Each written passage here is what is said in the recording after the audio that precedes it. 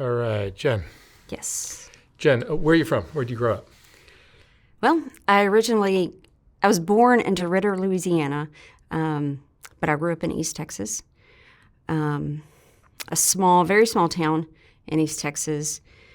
When we finally were able to get out of that town, went to somewhat of a bigger town, went to school there for a couple of years. I'm mainly from Tyler, Texas, but the article that I sent you that was in the Dallas Observer, that was kind of the crescendo of everything from when I was 4 years old, as early as I can remember.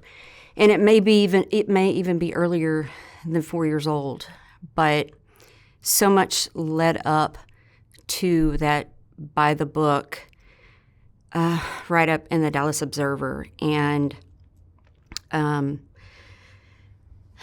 to tell us that story? Yeah. The Dallas Observer, or when I was four? Just your whole... Yeah. Well, I tell you what. So I've been in counseling now. Finally, I've been in counseling for about 3 years.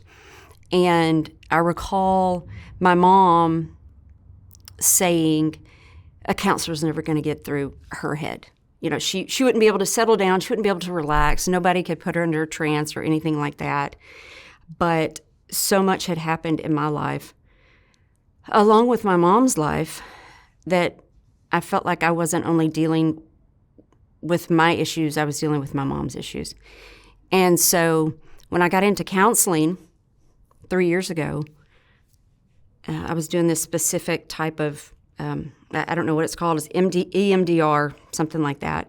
And it started bringing back memories that I had shoved so deep down inside. And one particular memory, I was young, and at the time I lived with my mom and my stepdad. My biological father wasn't in the picture for the first 20 years, but I don't hold that against him whatsoever. I know a lot of people hold family members accountable for their actions, but that man, my biological father, is the most amazing man I've ever met, and I met him when I was 20. Unfortunately, I was with my stepdad from, an infant until 17, 18 years, and then I met my biological father when I was about 20. But I believe I was about 4 years old, and my stepdad and my mom, my stepdad's name was Jerry, Jerry Goad, and so I will try to refer to him as Jerry, because my biological dad, his name is Terry. So Jerry and my mom decided to open a bar in this super small town that we lived in, and I remember going there every day. I remember seeing, this is aging me, I remember seeing the jukeboxes and the pool tables and the dance floors, and I remember, as young as what I was, I could read the Tom Collins mix on the bar, and I'm helping them fix this bar up, and here I am 4 years old and not thinking a thing about it, and at the time, just head over heels as much as you possibly could for your dad. You know, I didn't know. I was too young. I didn't know anything about him. I didn't know what he was doing. So he got that bar opened, and my next memory, while that bar was open, we lived in a single-wide trailer, and I'm not knocking anyone that lives in a trailer, but we had, I think, 8 or 9 people in this single-wide trailer that was 2-bedroom, 1 bath. It was myself, my great-grandmother, my mom, my dad, Jerry, my brother, Jerry's stepson. And so maybe it was 6, but in this 2-bedroom, 1 bath trailer. And I remember being outside one time, and literally this is when things just started going south, and I was about 4 or 5 years old, and I was outside. We had a dog. I've always loved dogs, and he just walked right over to the dog in front of me and just shot the dog in the head. And I remember crying hysterically and asking him, "Why did you do that?" And he just said, "Well, I didn't like that dog." And so it went from there. Some weird things happened. I mean, I would watch him siphon gas tanks out of cars because we didn't have any gas in our cars. But one thing that really my counselor took me back to was I was about 4 or 5, and I was standing at the window, or I was in a chair up in the window, and a police car came into our driveway, and they handcuffed Jerry, my stepdad, and my mom has always been my savior, always, but me being so young, that's my dad. And so I just remember banging on the window, not knowing what was going on, just banging and banging and banging, and I'm screaming and I'm crying and I'm, "Daddy, where you going? What's going on?" And Mom's not saying much of anything, I think because she's trying to keep me sheltered, and I'm 4 or 5 years old. But what came about from that was when he opened the bar. My mom was in there with him, and Jerry was very jealous of my mom. My mom was just such a beautiful woman, and he did not want any man looking at her. He didn't care, walking down the street, whatever, so Mom was standing there, and this man was staring at my mom, and he approached my mom. Jerry just pulled out a gun and killed him right there. And so that's how I think the police officers that's why I think they initially took him. But he had a really high-profile defense attorney out of East Texas that got him off, that was self-defense. And looking back on it now, even though I wasn't there, it wasn't self-defense. There was no self-defense because he was a loaded gun. Jerry was a loaded gun. It did not matter what happened, what we did, what was said. He was ready to go at all times. We had all kinds of people that would show up at our house, and he would tell me, he called me sis. He goes, "Sis, you need to go inside." And of course, me just being always so inquisitive, I would look out the doors, and I'm trying to figure out, I'm not saying as a child, who the hell are these people? But you just get a feeling. And so not only did we have that going on around us, but Jerry, and this is so embarrassing for me to say, Jerry was a cockfighter. He fought roosters. And I was embarrassed by that even at that young age. To this day, I cannot stand chickens. I don't want to be around them. I don't want to hear them. But he would drag me to these cockfights, and you would just see the remnants of these half-dead roosters just all over the place, and it's freezing, and it's 2 and 3 in the morning, and I just want to go to sleep, and I'm 4 or 5 years old, and sometimes nobody's watching me. I mean, there's just strange people everywhere, and I was taught from a young age to keep your guard up, to always watch your back, and so that's what I did. And we had that going on. Somehow we finally moved from that house in Jacksonville. He got off on the charges of murder. We moved to Tyler, and I remember being in the back seat of his car, and all of a sudden we get pulled over, and he gets handcuffed, and a police officer opens my back door, and he said something like, "Sweetheart, I need you to come with me."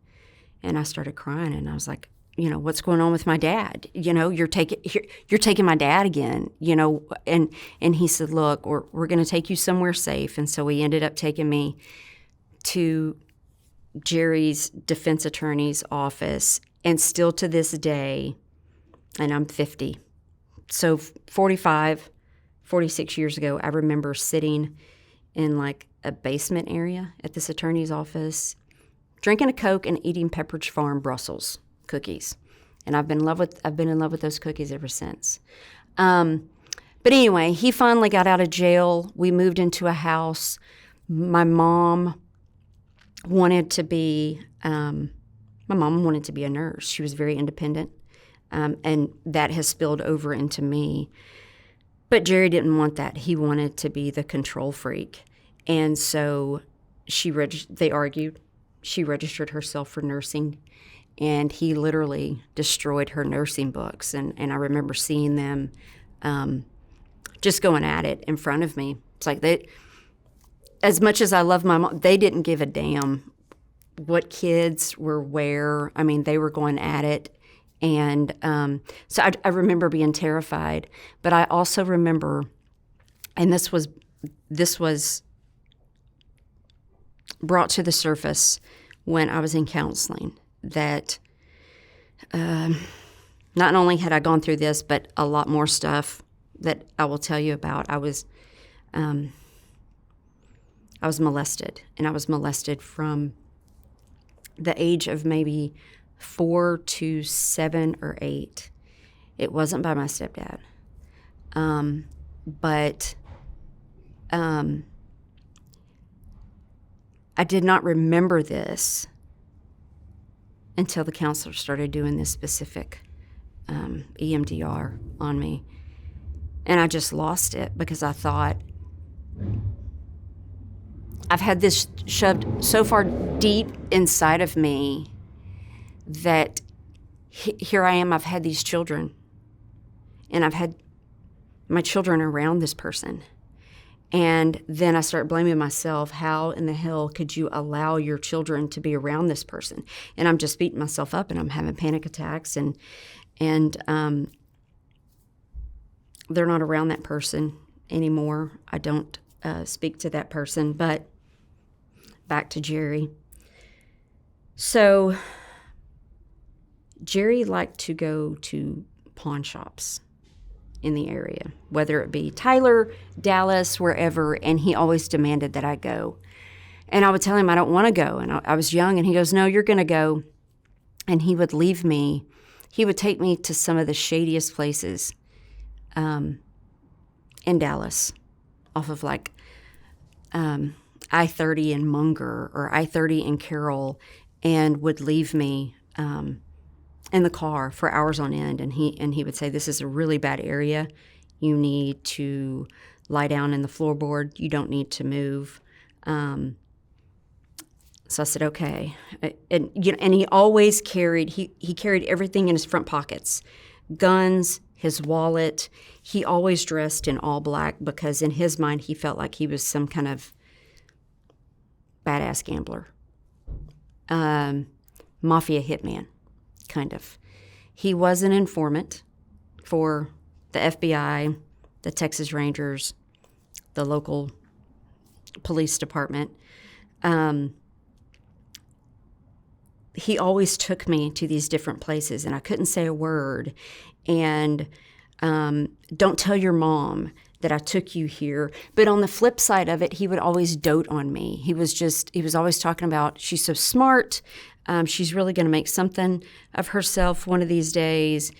And then 4th grade hit. And we lived in this house, and my great-grandmother lived with us, and it was his grandmother. There was no relation, but she was the only grandmother that I had. Unfortunately, I met my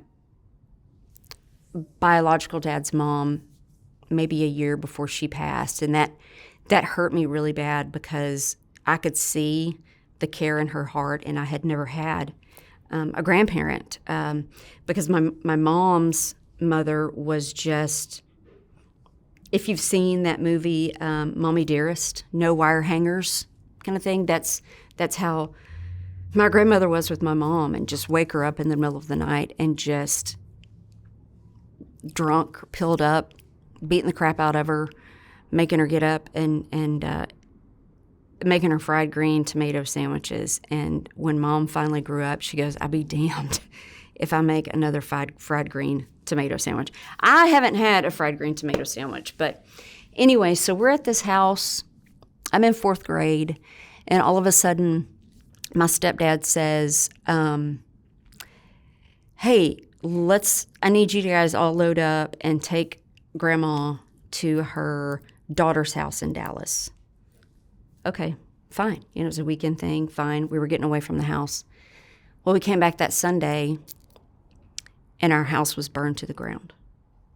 Like, nothing left. Thankfully, our dog was there, but there was nothing left. And I remember just bawling my eyes out and being in 4th grade and thinking about, all of the things that you had in there, all your babies and your Barbie dolls and all this kind of stuff, and it was all gone. And he didn't seem concerned about it at all. And so I kept trying to figure out, what is going on. And so we had to stay at a hotel for a while. And my mom has passed, but I remember my mom telling me that he would get so mad at her for merely looking at another man that when he was driving, Mom said that he reached over and opened up the passenger door and was trying to push her out as he was driving, and she was fighting him tooth and nail not to be pushed out onto the street as he was driving. And she finally got back in the car, and it was always something like that. So we go from living just in this, we go from a trailer to a house out on the lake, but not really on the lake. It's just a small pier and beam house. It gets burned down. It takes us a couple of years to build this other house that was in Brownsboro, because I actually ended up graduating from Brownsboro High School. So we built this house, put in a pool. Back then that was cool. Hey, let's all go to Jen's. She has a pool. And out of nowhere, one night he says, hey, why don't y'all go bowling? And I remember looking at him thinking, because he was just a strange man, and I remember looking at him thinking, why is he wanting us to go bowling? But it was slowly clicking, but not really. Like, the dots were starting to come together, but I said, all right, love doing stuff like that. A big group of us went bowling, including my mom. And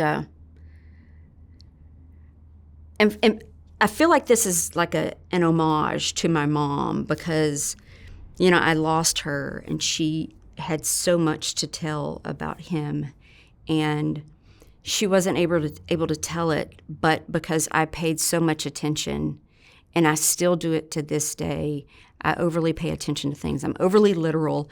I'm always watching where I'm going. I'm always figuring out, staring at a person like, okay, that sign right there is a sign that he's lying. Or, oh, she's twitching her lip a certain way, she's lying, or whatever.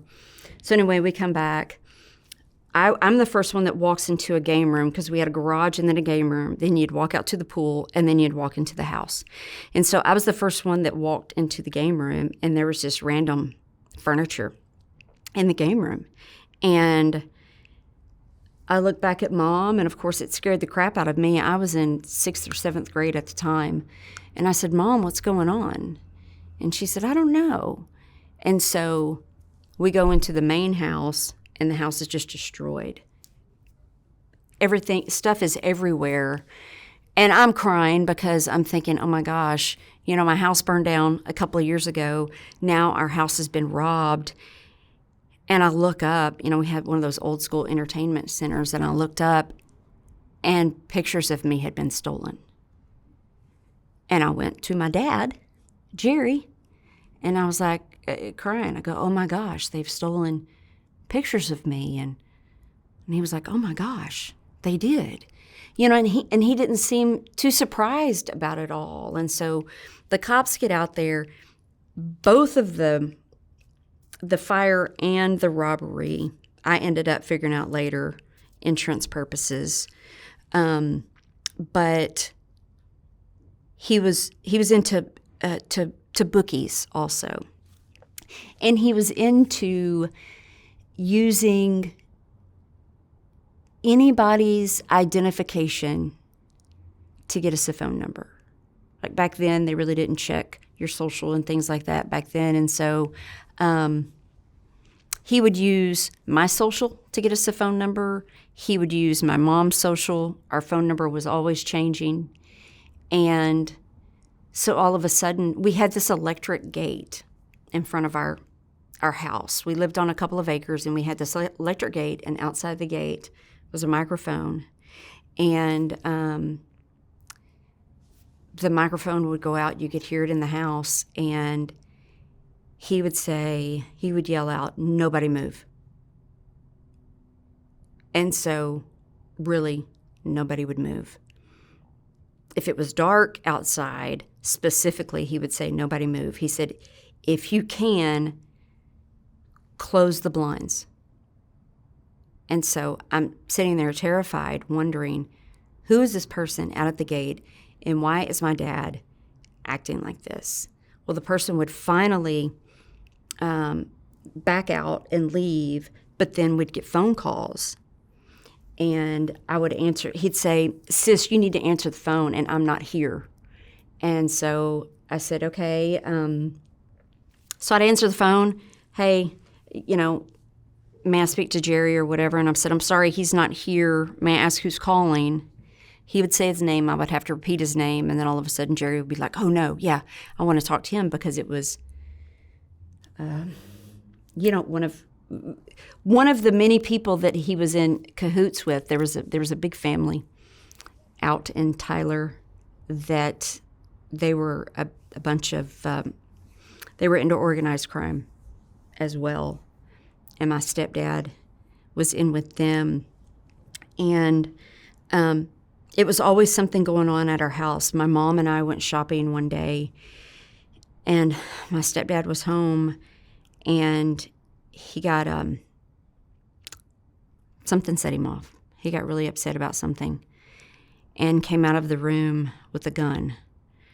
And initially, he was just doing this with it and flying it around. But then he points it at Mom and me. And still to this day, I'm terrified of guns, because everywhere in that house, and I understand, to each their own with guns. I actually have myself a gun now because of things that have happened recently. But there were so many guns in our home. Everywhere you looked, there was a gun. And here he is, my dad, pointing a gun at me. Not saying a word, just pointing a gun at me. And I'm 14, 15 at this time. And Mom said, she looked at me, and he turned and went into the living room, and she looked at me and she said, "Sis, I want you to go in your bedroom and lock the door. If you hear gunshots,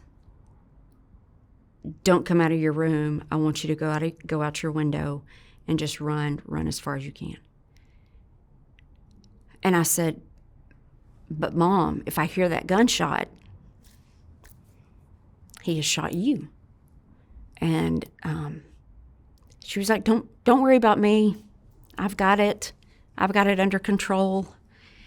And somehow she talked him out of it. I don't know how she did, but she came back into the room and she said, "Sis, everything's going to be okay." And I just lost it because, I thought, my mom, my savior.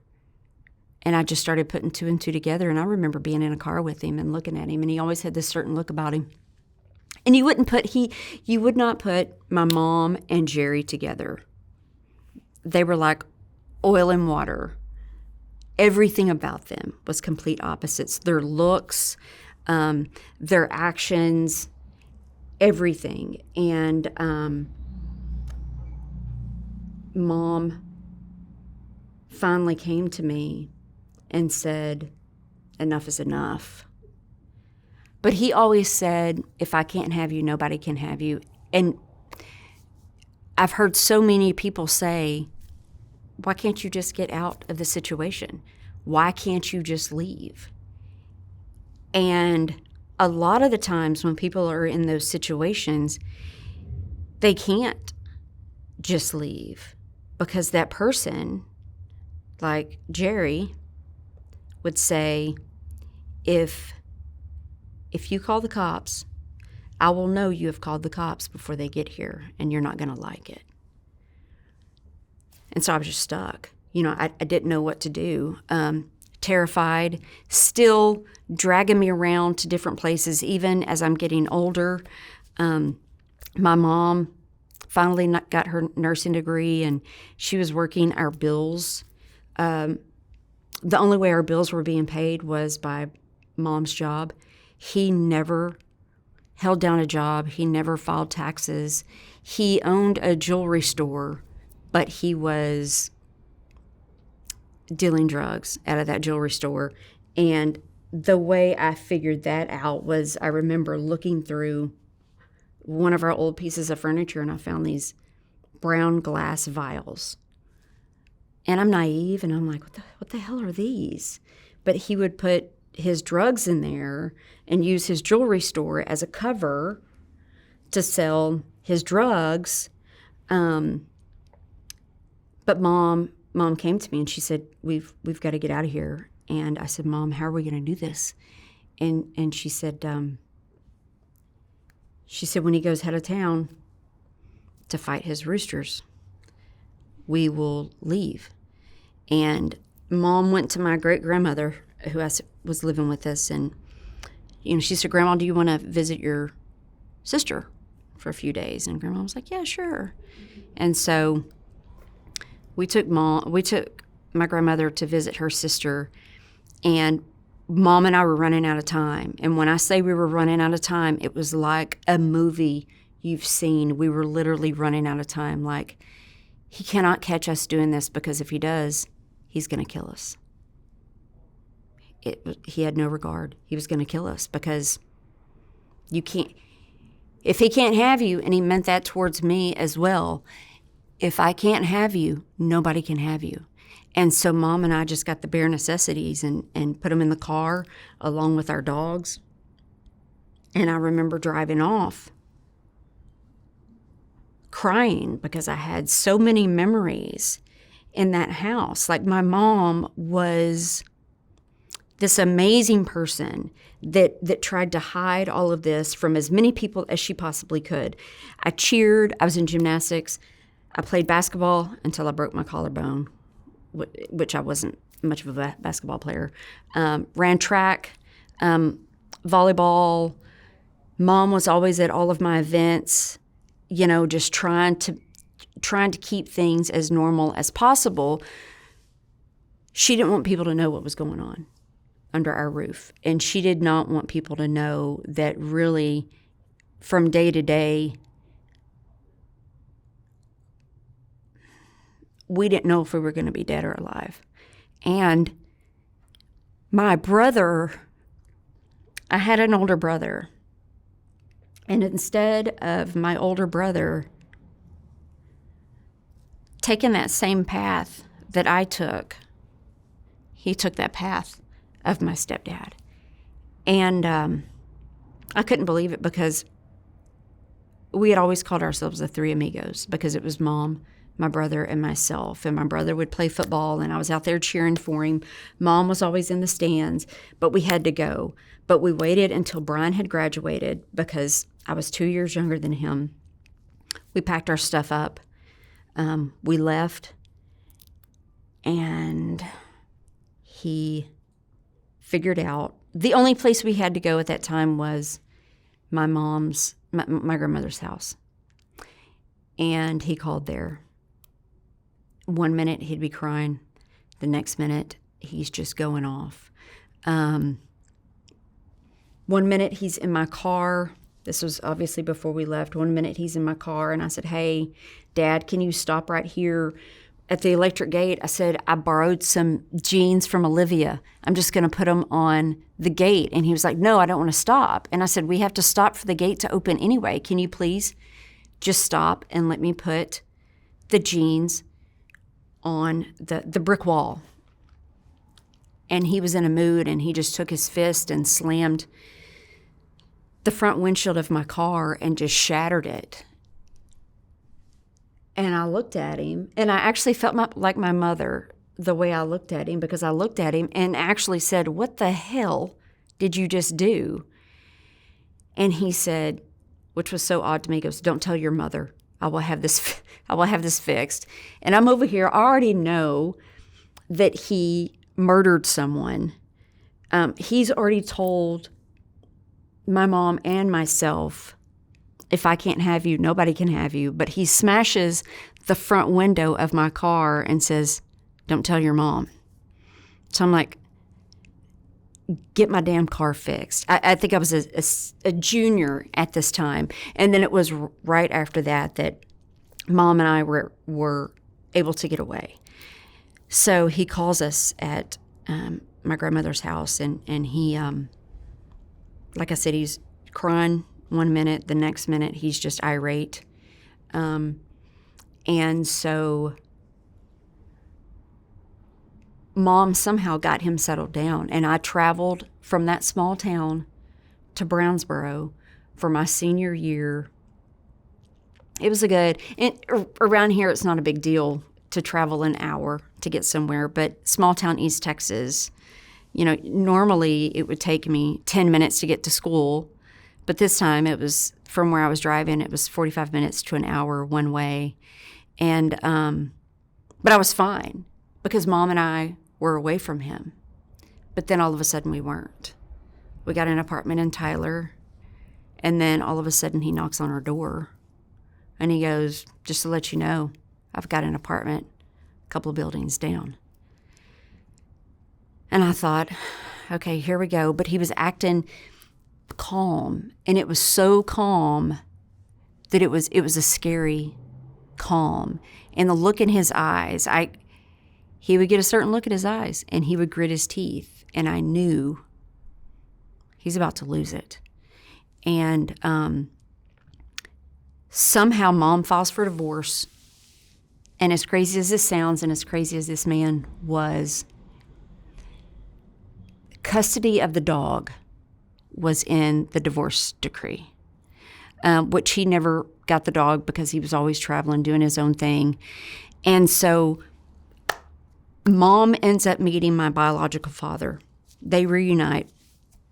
I unite with him, and it was like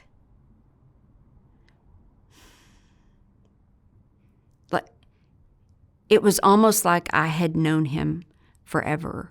And just him hugging me, I felt safe. And I thought, I never got upset, but I thought, this is what I could have had for the first 20 years of my life. But I did it. I had this man that loved to be considered a crook and a criminal, that loved to hang out with this one particular man that would always say, "You want some candy, little girl?" And I didn't understand what that meant until later. And so I just, was like, okay, whatever. So my mom and my bio dad, Terry, get back together, and I'm literally over the moon. Mom never said a negative word about Terry. And I feel bad calling him Terry now because he's my dad. I mean, I don't know what I did without him the first 20 years of my life. And I don't know what I would do if I lost him, because he's just been such a rock for me, especially when I lost my mom. But they get back together. They move to Garland, which is like a little suburb outside of Dallas. And by this time, I'm living in Dallas. I'm working at a law firm. Well, I was waiting tables, and then I was working at a law firm right upstairs, and Mom calls me hysterical. And she goes, "You're not going to believe what just happened." And I was like, "Mom, what? Calm down." And she said she was at this store, and she went to she went to walk across the parking lot. It was kind of like a Walmart, almost like a super Walmart back then. But I think it was called Hypermart. But she went to walk across the parking lot, and she told herself, just leave your gun in your purse. You don't need it. Well, all of a sudden, a car just comes barreling her way, and she sees it, and it had really dark tinted windows. He liked all of his cars to have really dark tinted windows. He didn't want anybody to see in. He slams on the brakes. He jumps out of the car. He grabs her. He had been following her. He grabbed her, and he said, "Get in the car." And she said, "I'm not getting in the car with you." And Mom said that she thought about her kids. And she was like, "If he takes me, I'll never see my kids again." And so she was fighting him, and he took the gun. He was pistol whipping her. But somehow she got away from him. She ran into the store, and within a matter of 5 minutes, you would have thought that a bank had been robbed.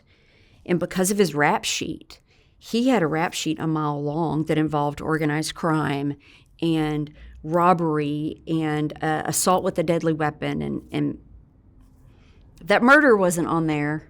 That particular murder wasn't on there at the time, but he got away. So then she starts getting calls, and the calls, they hang up. And she's telling me, she goes, "Sis, I need you to be really careful." She said, "I'm telling you, Jerry's around, and he's watching." And I said, "Okay." So I switched that particular restaurant job and started working at a different restaurant, and I was at the bar area, the server bar area, to pick up my drinks. And he was so sneaky, and I just hear, "What are you doing?" And just this heavy feeling, and I recognized the voice, and I looked over, and he was right here. And I said, I'm working." And he said, "Okay." And he just gritted his teeth at me and gave me that certain look. And I remember going to my manager and saying, "That is my stepdad out there, and I need someone to keep an eye on him. I need you guys to make sure that he leaves this restaurant, that he doesn't mess with anybody's vehicles, specifically mine, please. I need to be safe because I don't feel safe right now." And so they were able to get him out. Well, then Mom starts getting more and more calls. And Mom and my bio dad, Terry, end up moving to West Virginia. I believe my dad got a raise or something, a promotion, and they moved. And Christmas time, my dad, Terry, bio dad, bought Mom a new car for Christmas. And within a matter of a couple of weeks, her phone rings, and it's Jerry. And he said, "I know you got a car for Christmas." And just spit out the VIN number, the license plate, everything, spit it all out. "I know what it looks like. I know where you live." And so she's calling me again, hysterical. And I was like, "Mom, just come back home, because I'm in Texas at the time by myself, and she's there. My brother is in Huntsville. He was a prison guard. And so they move back home. They build a home. And Mom gets a call from an FBI agent. And he said, "Debbie, I just want you to know there's a hit out on you. And you need to leave. You have got to get out of there." And she said, "If he wants me, I'm not leaving. I'm tired of running," because she had been running she'd been running from him her whole life and dodging this and dodging that. And so he got wind that Mom was notified about the hit. And so something happened with that. That was finished. Mom went to Dallas. Mom went to visit her mother in East Texas. And on the way back, she got pulled over by a state trooper. And by the time she got home, and this was before cell phones, by the time she got home, she had a phone call from Jerry that said, you got pulled over at mile marker XYZ. You were driving whatever in a whatever, and trooper so-and-so gave you a ticket. And she was just like, I can't get away from this man. How is this happening? How are the cops not catching him? Because she's constantly calling the cops, calling the FBI agent that had helped her, that had told her that there was a hit out on her. And I'm just sitting here. I don't know what to do. And so I told Mom, I was like, Mom, just come to my house. And he goes, he knows where you live. She said, he knows where you live. Don't think he doesn't. So I said, okay. Well, I was at a park in Garland, that same little suburb outside of Dallas, and I was on this running trail. And when I see numbers or letters, if I really focus on them, I'll remember them for years. And I was running up this last, eighth of a mile. It was an uphill. And I see my car there, and I see another car there, and it's a man in the car, and I just felt uneasy about it. And so I look at the license plates, and I keep looking at the license plates, and I remember the license plates. I get in my car. I start to leave, and he starts following me. And I thought, oh, my God, it's my stepdad. It wasn't my stepdad in the car, but it was just somebody that he had paid, or maybe that person owed him something, or maybe he went to that person and said, if you don't do this, I'm going to kill you. And so I stopped at a gas station, called Mom, and I told her about it, and I said, Mom, this man is following me. I said, I'm not making this up. And I said, hang on a minute. And I put the receiver on top of the payphone, and I went around the corner, and he was making a U-turn, coming back my way. And I said, Mom, he's coming back. And she said, get in your car and just go. And so I did. I just drove until I could get away from him, and man, did she scold me. Even as an adult, she was like, damn it, sis, don't you ever do that. You don't need to go running by yourself. You know he's crazy, blah, blah, blah. And I was like, all right, Mom, I'm fine. It wasn't, I don't know how long this guy had been following me. I was back at that same trail months later. I swear it felt like a year later. And same area, I was running up that last eighth of a mile. And I see the same damn car and the same damn license plate. And people, some people are like, oh, I don't believe it. How do you do that? But that was one of the things that my stepdad actually taught me to do, was just that you focus on what feels wrong. You put it in the back of your head and you never forget about it. And so that's what I did. And sure enough, the guy came out and he started following me again. And I got so mad that I pulled into an Albertsons parking lot. And he pulled in, he left a space in between us. He pulled in beside me. And my mom came out in me. I got out and I was banging on his window. And in the back seat were all of these cameras with these high power lenses and stuff like that. And he's looking in the back seat and he rolls the window down and he goes, can I help you? And I said, why are you following me? And he said, ma'am, I'm not following you. I'm a married man. I said, I didn't ask you if you were a married man. You've been following me. This is the second time I've caught you following me. Why is Jerry making you follow me? And he just couldn't do anything. He just sat there. And I said, well, I'm telling you right now, I said, don't let me catch you following me again. So anyway, the cops finally find Jerry. He gets 5 years for aggravated assault with a deadly weapon on my mom. And so then it was quiet. It was quiet for a little bit. Like, we didn't hear much. The only thing we heard was there were warrants out for him in East Texas. And back in the day, there was a show, you know, like you have Wheel of Fortune, but on this particular TV station, news station, they would have Wheel of Misfortune. And it was all these criminals in the area that had all these warrants out for their arrest. And it wasn't just petty crimes. These were felonies. And they spun the wheel, and it landed on Jerry. And so then I've got people calling me about this. As soon as I graduated high school, I got the hell out of the small town because I was worried about the stigma, and I didn't want people to think that that was me and that that's what I was associated with. But it ends up that nobody knew. Like, I hid it so well. My mom hid it so well. My stepdad came to me one time and he had a couple of $1,000 and he goes, I need you to put this in your purse and take it to school. And I was in junior high. And I said, why am I putting a couple of $1,000 in my purse? I'm in junior high. Why? And he goes, I just need you to hold this money. I'm naive. Okay, sure. I don't know who. He ends up getting it from me that afternoon.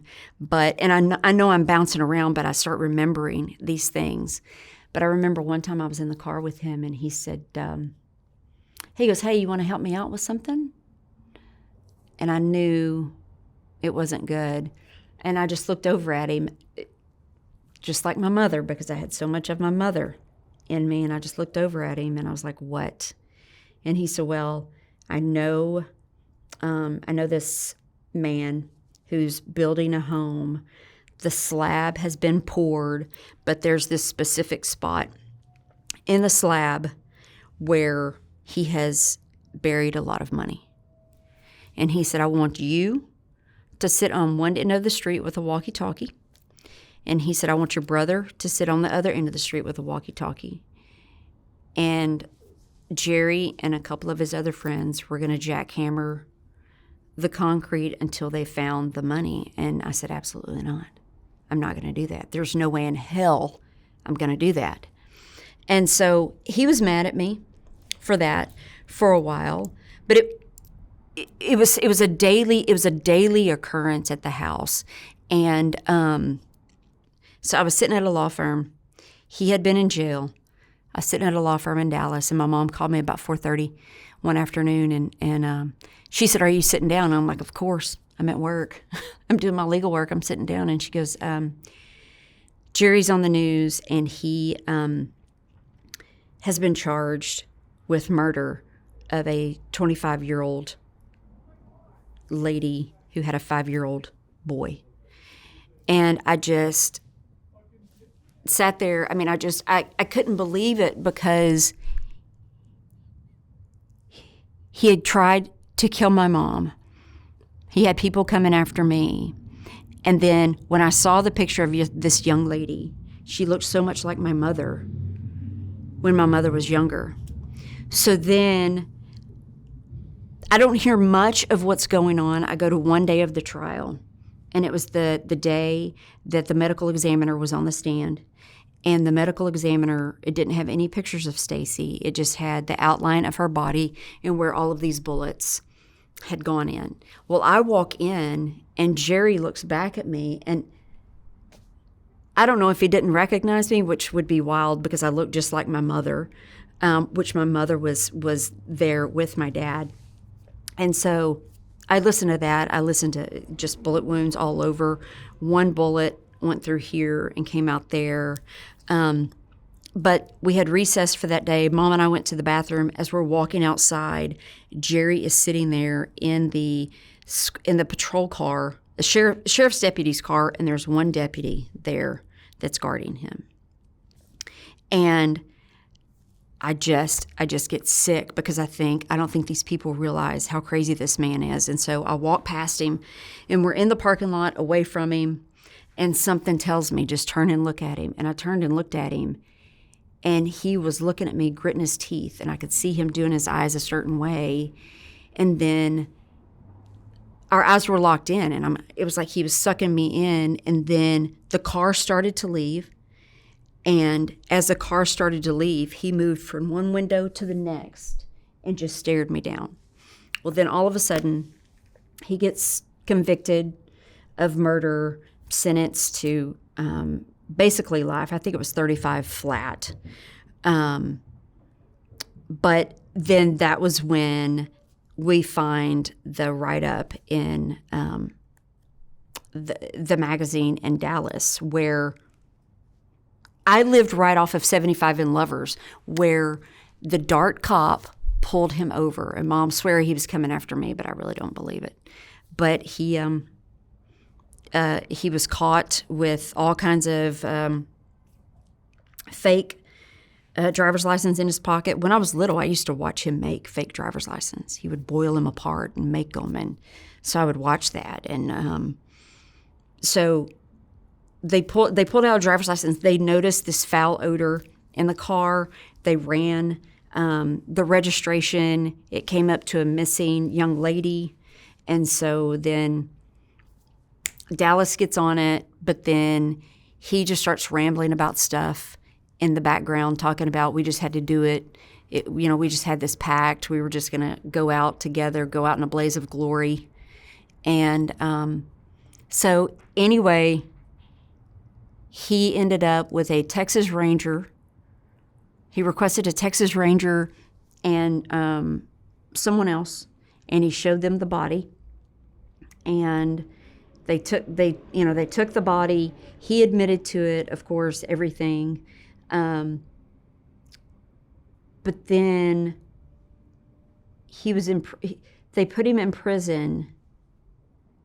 There's something I was going to tell you right there. But the Dart cop ended up getting arrested, even though he did everything by the book, and that's the name of the write-up in the Dallas Observer is by the book. This Dart police officer did everything by the book, but because Jerry was in so many different organizations, because he was talking about the murder of the Judge Harrelson. It was like Woody Harrelson's, somebody connected to Woody Harrelson, and how he was in on the Binion crime family. And so anyway, he was in jail. I'm thinking everything's fine. I go to spend a weekend with a couple of my girlfriends, and one of them I had known since 4th grade, and her parents came up. And I was hugging on them, and her dad said, "I need to tell you something." And I said, "What?" And he said, Jerry came to me one day. He said he parked his car really far away, which was not normal for him because he always wanted a quick getaway from anywhere, restaurant, whatever. And he said he came to me and said, "Will you dig me a septic tank hole without the septic tank?" And this man said, "Absolutely not," because he knew what Jerry was all about. And so this man figured out that Stacy was still in the trunk of that car, and Jerry had bought 20 bags of ice to cover her body. And then when he couldn't stand the stench anymore, he just dropped her off and covered her up with 10. Well then, so we're thinking everything's fine, everything's good. Well then my mom starts going downhill. She's diagnosed in August, and we lose her in October of the same year. And I just became so enraged. And I realized that every person that I had a long-term relationship with was exactly like Jerry, had his traits. Manipulative, narcissistic, beat the crap out of me, all of a sudden show up, and they were there. I would show up and they're just there looking at me, making me shoot guns. My stepdad used to make me shoot guns. My most recent husband was like, "You're going to shoot that gun. You're going to shoot that gun." And I was like, "I don't want to shoot it." And he goes, "You're going to shoot the damn gun." And I shot the gun with just tears running down my face. And He died, my stepdad died 12 hours before his birthday in February. And the relief that came over me, but still I had the rage because he lived a couple of years longer than my mom.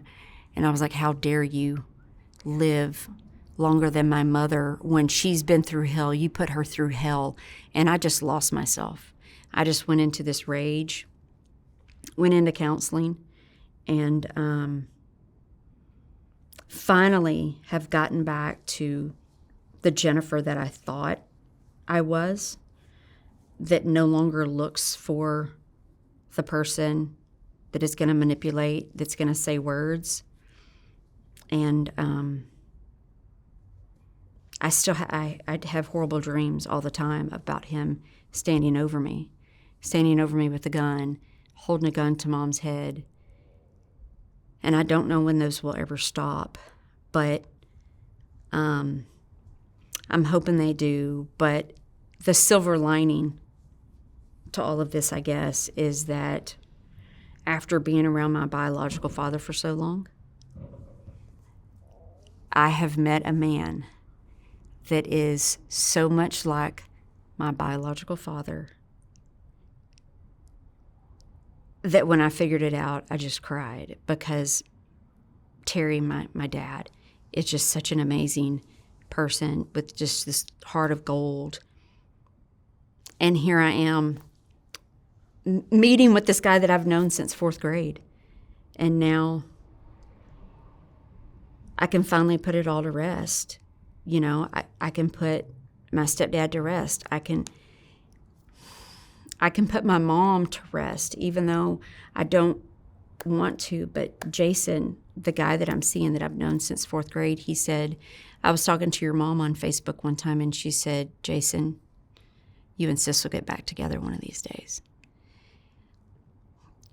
And I don't know if that was right before she died, but I just wish I could give her a high five, because I know she's smiling down on me and just saying, Sis, I'm so proud of you, because I could have easily. People have said, why didn't you go left? You could have easily gone left. You could have easily gone the route of drugs and just giving up.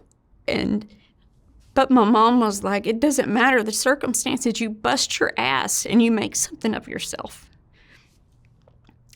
And now as I sit here, I'm director of operations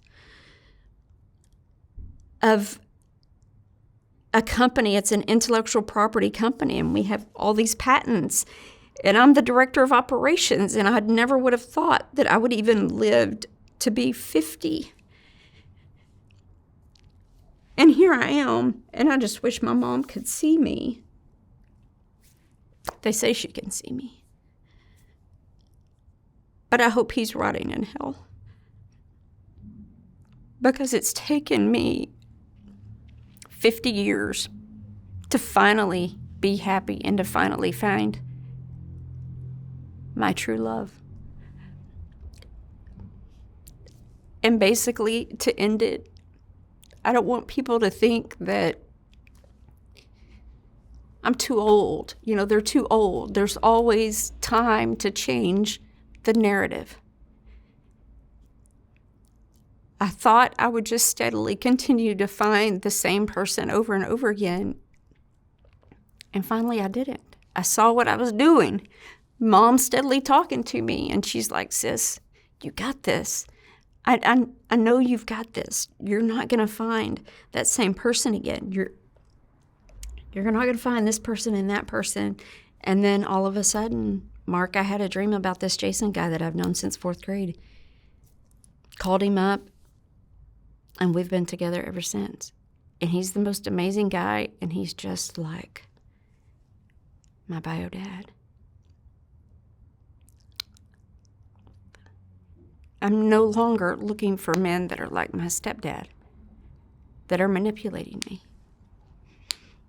And so here we are. I go back home tomorrow, and I go back home to Jason, and we have 5 kids together. We don't live together, but if only I could have my mom standing in front of me, giving me a hug and saying, Sis, I'm so proud of you. You've busted your ass. You've worked so hard. You got through Jerry and all of his bullshit.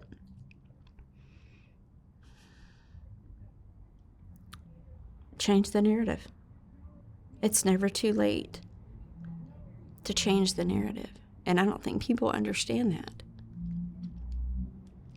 And so, anyway, the write-up is in the Dallas Observer. It's called By the Book, and people can read it. And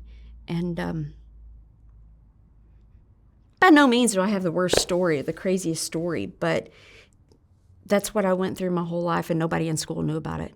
Everybody thought, oh, they're the rich kids. They do everything. We weren't rich kids. We were poor. I remember counting out pennies and nobody knowing it and hiding from people. And now I don't have to do that anymore. Now I actually feel safe. At 50 years old, I feel safe. And it's because of my dad, Terry, and my mom still looking over me from in heaven. If people believe in heaven, and sometimes I've wondered, if there was really a heaven. And now here I am, the happiest person, even though I'm crying. It's like I'm happy tears, but sad tears. And anyway, we can just end it at that because I could keep you. The moral of the story is be careful who you marry. Be careful who you marry.